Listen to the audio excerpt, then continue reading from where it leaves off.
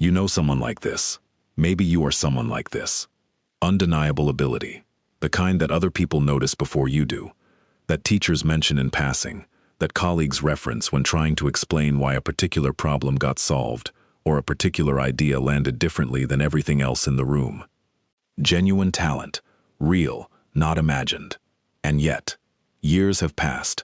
The career that everyone assumed was coming has not quite arrived. The work that was supposed to exist in the world does not yet exist in the world. The version of the life that the talent seemed to promise, that others could see so clearly when they looked at you, remains, stubbornly and inexplicably, just out of reach. Meanwhile, someone with a fraction of the ability has built the thing, has launched it, shipped it, published it, put it in front of people, has created the career, established the presence, earned the recognition that the talented person always assumed would eventually, inevitably, belong to them. And the explanation that most people reach for, lack of discipline, bad timing, the wrong connections, insufficient luck, does not quite account for what is actually happening. Because the talented person is not lazy. They are often working constantly. They are researching, planning, preparing, refining, improving, getting closer to ready. They are doing everything except the one thing that would convert potential into reality. Carl Jung spent decades studying this specific phenomenon. Not as an abstraction, not as a motivational problem with a motivational solution, as a psychological structure, a specific, documentable, deeply embedded feature of how the gifted psyche operates.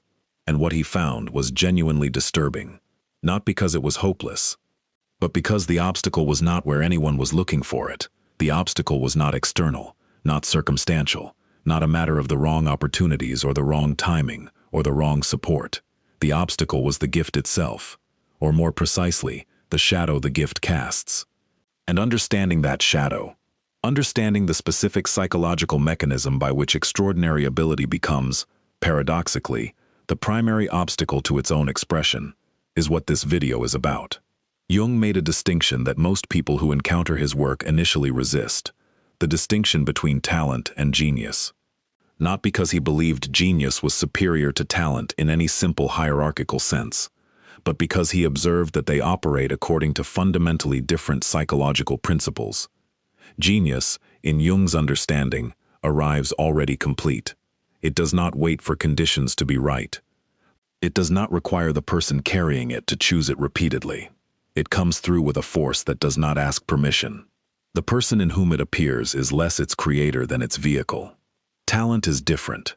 Talent is a capacity, a genuine, significant, sometimes extraordinary capacity. But it is not self-executing.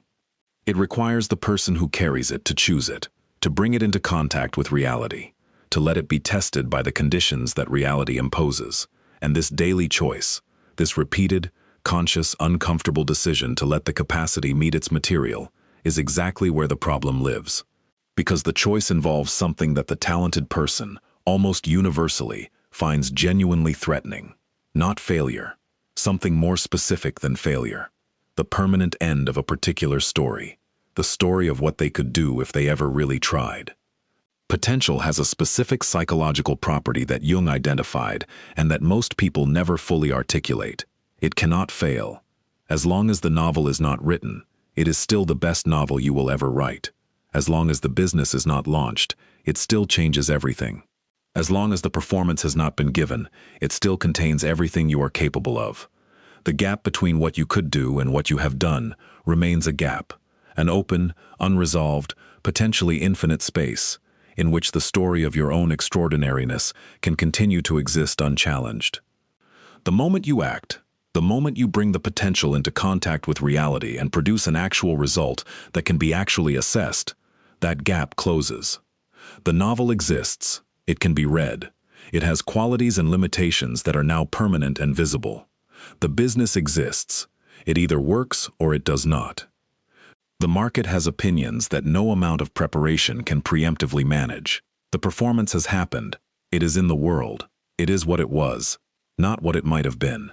And everything that remained possible while the potential was protected has now been converted into the specific and finite reality of what was actually produced.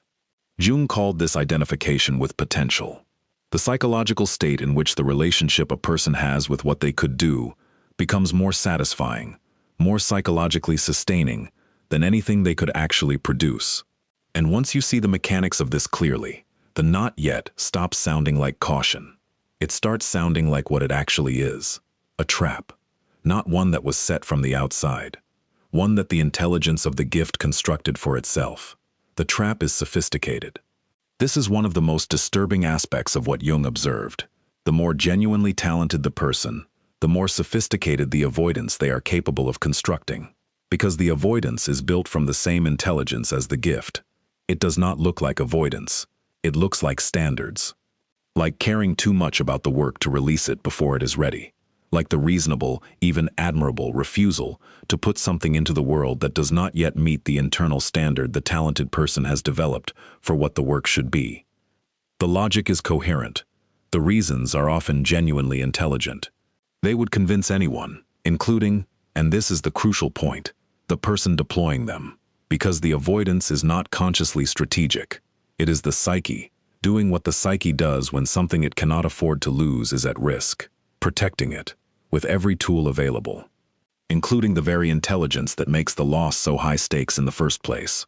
Jung used the word compensation for this. The psyche compensates for what the gift demands, by quietly undermining the conditions under which the gift would have to perform, not through any mechanism the person can observe from inside. Through the precise, invisible deployment of intelligence in service of an unconscious goal, to stay close enough to the dream that it still feels real, while staying far enough from execution that it can never be disproven. There is a specific quality of fear involved here that is almost universally misidentified. Most people, most of the talented people Jung was describing, believe their fear is the fear of failure. The fear of producing something and having it found inadequate, of putting their best work in front of people and watching it fail to land, of discovering, in public, that the ceiling was lower than expected.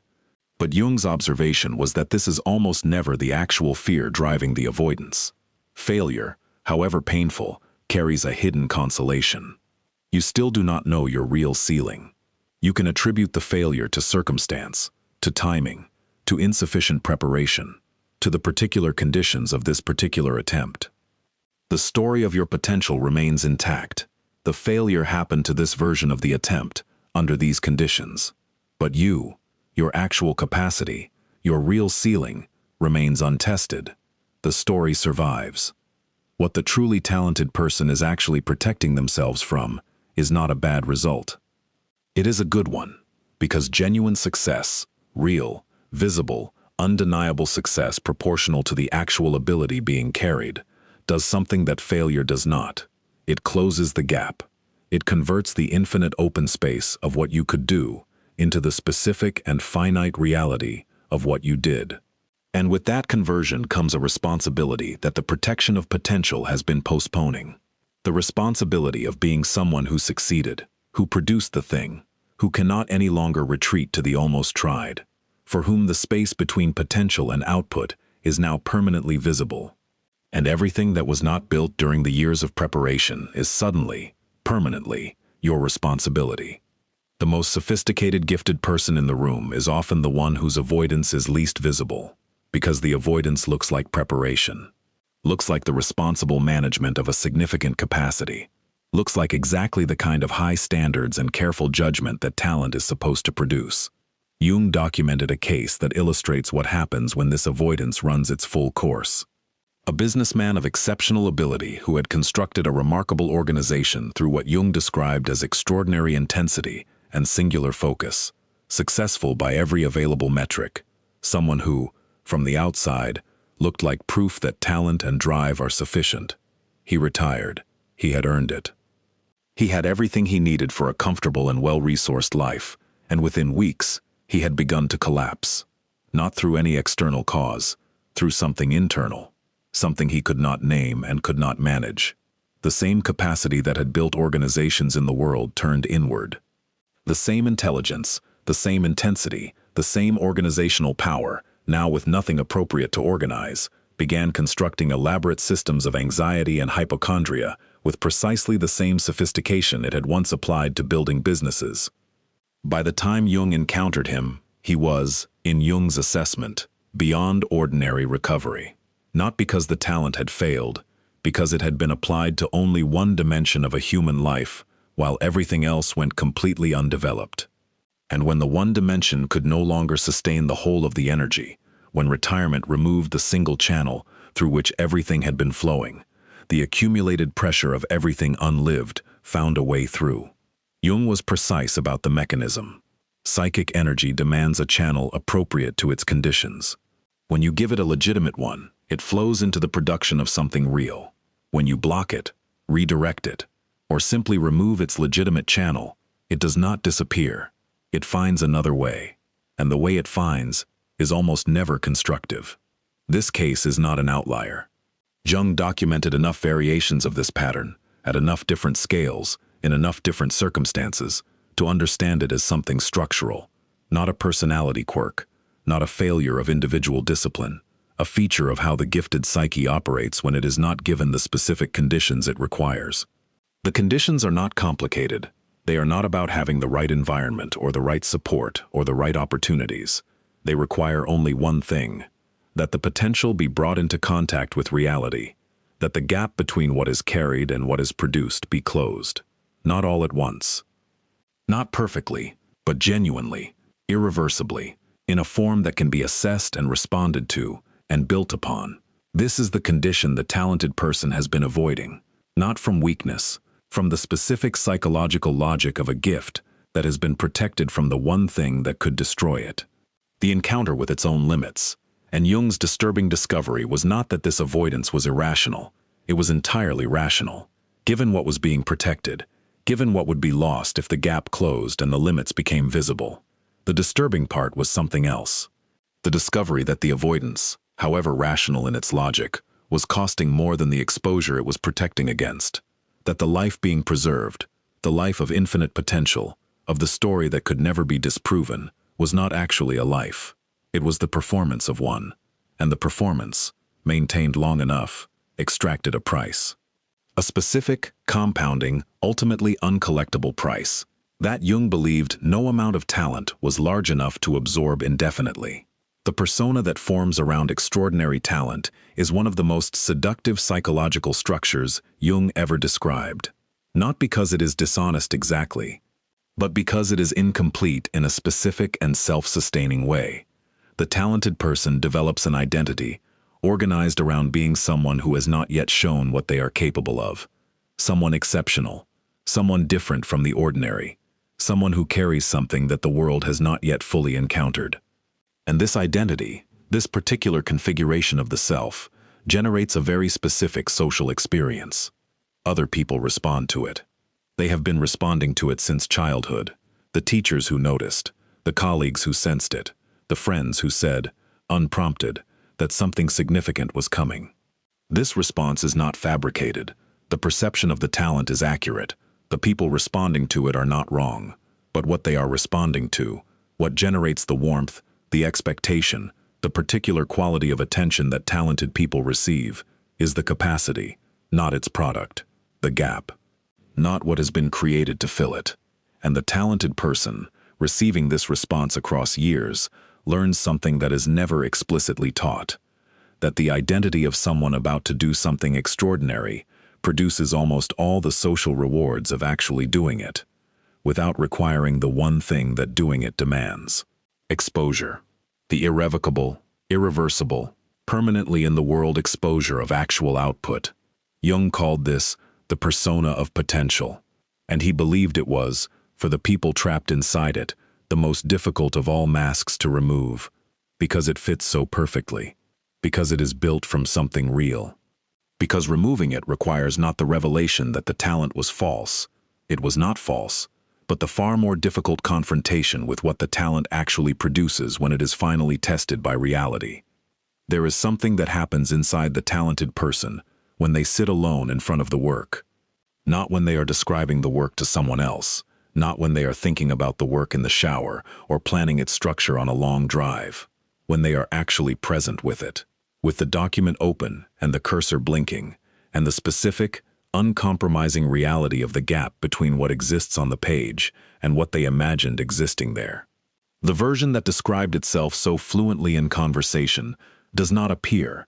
What appears instead is something the persona was constructed to conceal: the distance between the vision and the current execution, the specific difficulties that the work presents that no amount of thinking about the work can eliminate. The ordinary, unglamorous, unremarkable experience of producing something, of the actual incremental labor of moving from intention to result, that is entirely invisible in the social performance of potential. Jung wrote about this gap with precision. The persona performs capability. The self has to actually produce it, and the wider the gap between those two, the more developed the persona, the more eloquent the performance of what is coming, the more jarring the encounter with the actual work becomes, because the actual work does not know about the persona. It only knows what has been done to it so far, and what has been done to it so far is always, at every stage, less than what the vision contained. The talented person who has spent years developing the identity of someone exceptional has developed a standard for the work that the work cannot yet meet. And the failure to meet the standard, which is not actually failure, it is simply the ordinary condition of work in progress, feels, from inside the identity that has been constructed, like confirmation of the deepest fear, that the vision was larger than the capacity, that the gap between what was imagined and what can be produced is not a temporary condition of being early in the process, that it is permanent, that it is the actual ceiling, and so the work is put away, not abandoned dramatically, simply set aside, until the conditions are more favorable, until the skill has developed a little further, until the vision and the current capacity are closer to each other, and the persona continues, performing the potential that the work, if released, would have converted into something accessible. Jung's account of the shadow is essential here. Not the shadow in its simplified popular form, the dark twin, the suppressed evil, the hidden bad version of the self. The shadow in its precise technical meaning.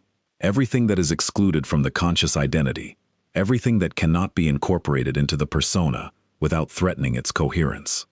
For the person whose identity is organized around being someone exceptional who has not yet shown it, the shadow contains specific material, the ordinary, the adequate, the imperfect but genuine and complete, because the persona of potential requires the person carrying it to maintain a certain relationship with their own output. It must always be preliminary, always approaching but never arriving at the actual standard, because the moment something is actually finished, actually released, actually complete, in a form that can be assessed, it is ordinary, in the sense that all finished things are ordinary. It exists. It has qualities. It has limitations. It is a specific thing in the world rather than an infinite possibility in the mind. And this ordinariness, which is not failure, which is simply the condition of everything that actually exists, is precisely what the persona of potential cannot accommodate. Because the persona of potential is built on the implicit promise that what is coming will be extraordinary in a way that ordinary finished things never quite are. The shadow of the talented person contains everything they would need to actually produce the work: the willingness to be imperfect in public, the capacity to release something before it has reached the internal standard, the ability to be assessed, to have the work seen as a specific thing, with specific qualities and specific limitations, without experiencing that assessment as the permanent collapse of the larger story. And because all of this lives in the shadow, it cannot be accessed, cannot be consciously deployed, cannot be chosen in the moment, when the work needs to be released, and the fear of its limitations is most active. It can only be integrated, which requires confronting what the shadow contains, which requires seeing clearly, and without the distortion that the persona produces, what the avoidance has actually been about. Jung believed this confrontation was the central work of what he called individuation, not self-improvement, not the optimization of existing capacities, but the encounter with the parts of yourself that the persona has been constructed to exclude, and the specific version of this confrontation that the talented person is required to undergo is one of the most demanding Jung ever described, because what they are being asked to integrate is not darkness in any dramatic sense. It is something that feels, from inside the identity organized around exceptional potential, far more threatening than darkness. Ordinariness. the willingness to produce something that is what it is, that has the qualities it has, and the limitations it has. That exists in the world as a specific, accessible, permanently in the record thing, rather than as the infinite, unjudgeable, always approaching but never arriving promise of what is coming. Jung called the cost of individuation one of the most demanding things he ever asked of his patients. Becoming what you actually are, he wrote, requires accepting responsibility for yourself in a way that most people find genuinely intolerable. Not responsibility in the moralistic sense, responsibility in the most literal sense. Being the author of a life that is actually lived, rather than perpetually deferred. Being answerable for what has been produced, rather than perpetually justified by what has been promised. And for the talented person, this responsibility carries a specific weight. Because the more capable you are, the more significant the gap between potential and output becomes. And the more significant the gap, the heavier the weight of closing it. There is a quality that Jung observed in people who had genuinely undergone this confrontation. Not a quality of ease exactly, not the comfortable liberation that the cultural narrative about self-realization sometimes suggests, but something more specific and more honest. A quality of actual engagement with the work, not the performed engagement of the persona, the articulate description of what the work is going to be, the compelling narrative of its vision and direction, but the actual, unglamorous, unremarkable engagement of a person who is sitting in front of the thing and moving it forward. Without the performance accompanying the movement, without the social confirmation sustaining the effort, simply because the work is there, and it is theirs, and the alternative, the continued maintenance of the persona, the continued protection of the potential, has become more costly than the exposure it was protecting against. This shift does not produce immediate results. It does not convert the history of postponement into a sudden flowering of output. It simply moves things, incrementally, without fanfare, in the direction of actual existence rather than potential existence. And what accumulates from that movement, over months, over years, in the direction of a body of work that is genuinely in the world, is something that the persona of potential, however socially rewarding in the short term, can never produce. A life that is actually lived, rather than performed. Jung wrote about what he called vocation, not in the religious sense, in the original Latin sense of being addressed by a voice, the voice of what you were built to do. And his observation about this voice was not encouraging in the conventional sense. He did not say that following the voice would be fulfilling, or that it would produce the recognition it deserved, or that it would feel, from the inside, like the liberation that the concept of finding your calling tends to promise. He said something more precise and less comfortable, that the voice does not go away when you ignore it. It grows quieter, muffled, more distant, but the silence it leaves is not peace. It is the specific quality of a life running alongside itself. The life being lived and the life that was always waiting to be lived, moving in parallel without ever meeting. And this is, in Jung's understanding, the actual cost of the avoidance, not the missed recognition, not the career that did not materialize, not even the work that did not get made, though that too. The cost is the quality of inhabiting a life that has been organized around a story rather than around actual choices, around the performance of potential rather than the spending of it, around the identity of someone about to do something rather than someone actually doing it, and the specific quality of emptiness that this produces, not the dramatic emptiness of visible failure, but the quiet, persistent, logistically inexplicable emptiness of a life that looks fine from the outside and feels hollow from the inside, is something that no amount of external success in other dimensions can address, because it is located precisely where the gap is, in the space between the voice and the life, between the capacity and its expression, between the person who is carried by the talent and the person who carries it into the world. What does it actually take to close the gap? Not as a motivational question, not as a matter of discipline or habit or the optimization of routines, as a genuine psychological question. Jung's answer was not what most people want to hear. It does not begin with better conditions. It does not begin with the right opportunity, or the right support, or the resolution of the fears that have been sustaining the avoidance. It begins with the decision to produce something imperfect in public, not to overcome the fear of doing so, not to arrive at a state of readiness that makes the production feel safe, but to produce the thing while the fear is still active, while the gap between the vision and the current execution is still visible. While the internal standard has not yet been met and may never be fully met, while the persona is still insisting that one more round of preparation is required before release.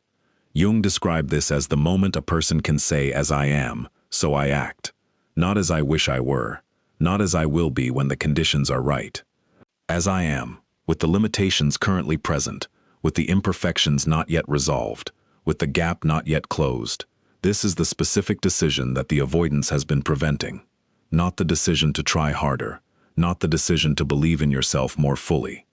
The decision to let the work exist in the world as what it currently is, rather than keeping it in the realm of what it might become. The work not existing in the world is not a private absence. This is perhaps the most important thing Jung's account of this territory produces. The habit of thinking about the gap between potential and output as a personal matter, as something that affects only the person carrying the talent, misses what is actually at stake. When the work that only you could make does not get made, someone who needed it does not find it. Not in a sentimental sense. In the specific sense that every genuine expression of genuine ability adds something to the sum of what exists that would not have been there otherwise. And every year that expression is postponed is a year of that addition's absence. The businessman who constructed elaborate systems of delusion with the same intelligence he had once applied to building organizations was not the only person that story cost. The energy that went into the delusion had a legitimate channel. It was refused. And everything that energy was supposed to produce never existed. Jung believed that the refusal of vocation was never a private matter, that the consequences of keeping extraordinary capacity protected from the reality that would test it extended beyond the person doing the protecting. This is not guilt. It is the honest acknowledgement of what genuine capacity actually means. It is the recognition that talent is not simply an individual endowment. It is a capacity to contribute something to the world that the world would not otherwise have. And the persona of potential, however psychologically understandable in its logic, is a way of keeping that contribution in a state of permanent, almost, of staying close enough to the dream that it still feels real, while never moving close enough to reality that the dream has to answer for itself. The most disturbing of Jung's discoveries was not that the gifted so often fail to realize their gifts. It was how much of that failure is indistinguishable, from the inside, from the responsible management of something precious. How completely the avoidance can wear the clothing of standards, of care, of the reasonable refusal to release something before its time. And how many years can pass inside that clothing before the voice grows quiet enough that its absence becomes permanent. The gap does not stay open indefinitely. At some point it closes, not in the direction of expression, in the direction of a life that was lived alongside the story of what could have been, rather than inside the life that the talent was actually capable of producing. The work is waiting. It has always been waiting. The only question Jung's work ultimately poses is whether you are going to let it wait until it is no longer possible to make it, or whether you will make it now, as you are, with the limitations present, with the fear intact, with everything not yet resolved, because that is the only condition under which it can ever be made at all. If something in this reached a specific place in you that you have been protecting carefully for a long time, leave one word in the comments that describes what you have been keeping in the almost. Because naming what you are almost doing is the first step toward actually doing it.